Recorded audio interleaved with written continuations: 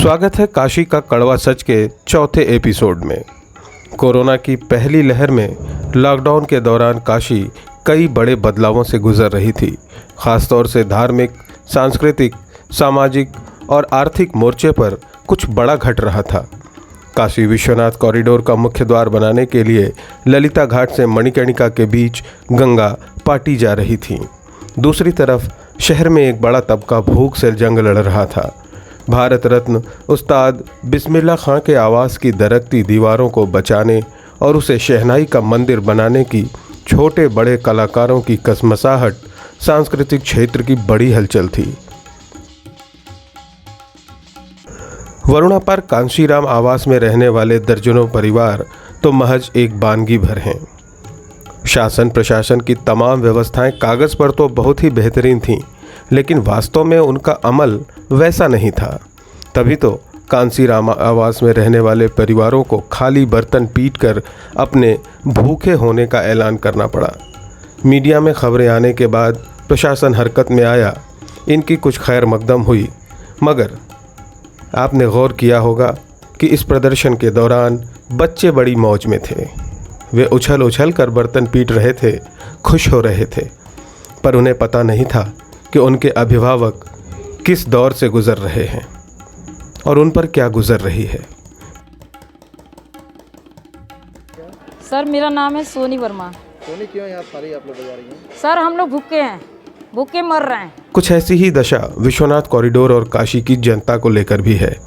जनता खुश होकर उछल रही थी कि भव्य कॉरिडोर बन रहा है, सुविधाएं बढ़ाई जा रही हैं, घाट सजाए जा रहे हैं, मगर यह अंदाज़ा नहीं था कि इस परिधि में आने वाले काशी खंडोक्त देवालयों पर क्या गुजरने वाली है। संतों से लेकर वैज्ञानिकों तक के लगातार विरोध के बाद भी ललिता घाट के किनारे गंगा को पाटने की प्रक्रिया जारी रही।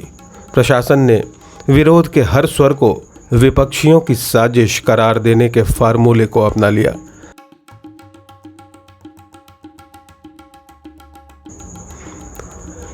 मार्च 2020 से भक्तों के लिए बंद किए गए काशी विश्वनाथ मंदिर के द्वार 8 जून 2020 को पुनः खोले गए। कोरोना प्रोटोकॉल के तहत की गई सारी व्यवस्थाएं दिखाने के लिए मंदिर न्यास की ओर से कुछ वीडियो उस दिन जारी किए गए।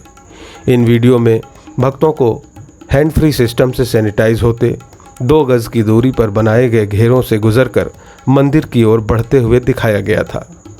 ऐसे ही एक वीडियो में ज्ञानवापी से नीलकंठ तक का निर्माणाधीन इलाका पहली बार जनता के सामने आया।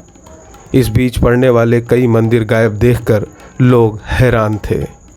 भक्तों के लिए मंदिर खोल दिए जाने के बाद माझी समाज के लोग भी नौका परिचालन की इजाज़त मांगने लगे। वर्ष 2012 में स्वामी सानंद के साथ गंगा तपस्या कर चुके नाविक समाज के प्रतिनिधि प्रमोद माझी यहाँ अपनी समाज की बदहाली की दास्तान सुना रहे हैं। पेट पालने के लिए ख़ानदानी जेवर बेचने और गिरवी रखने पड़ रहे हैं। इन विषम परिस्थितियों से घिरे होने के बावजूद काशी में गंगा के पौराणिक स्वरूप के साथ हो रही छेड़छाड़ उनकी चिंता का विषय है। सारी चीज़ों को अगर देखा जाए तो हिंदुस्तान के अंदर बनारस के माझी समाज काफ़ी दयनीय स्थिति में खड़े हुए हैं। यह है भारत रत्न उस्ताद बिस्मिल्लाह खां का शहर के बेनियाबाग स्थित आवास। उस्ताद के इंतकाल के बाद पारिवारिक झगड़े और सरकारी उदासीनता का शिकार होकर शहनाई का मंदिर इस हाल में पहुंच चुका है। इसे बचाने के लिए देश के बड़े बड़े कलाकार सरकार से गुहार लगा रहे हैं, लेकिन कहीं कोई सुनवाई नहीं है।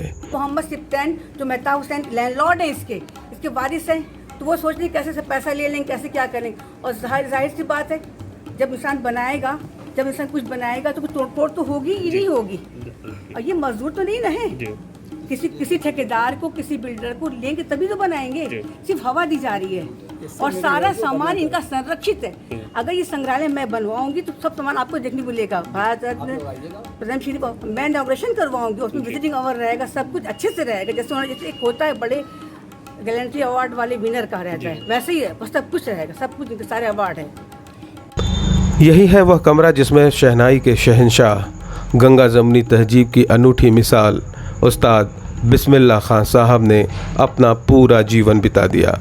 देश दुनिया से कोई भी मिलने आया हो, इसी कमरे में अपनी खटिया पर बैठकर उस्ताद उनसे मिले।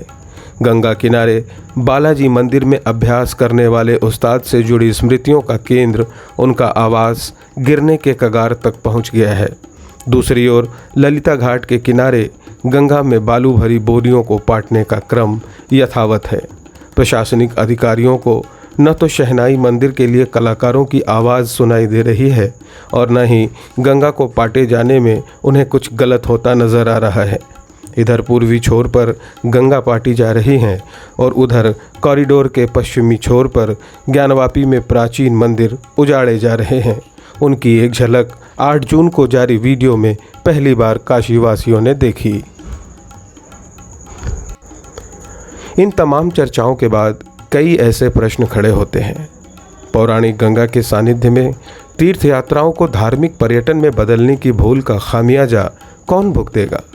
आध्यात्मिक सुख देने वाली गंगा का अर्थोपार्जन के लिए दोहन हमारी सनातनी संस्कृति को किस दिशा में ले जाएगा?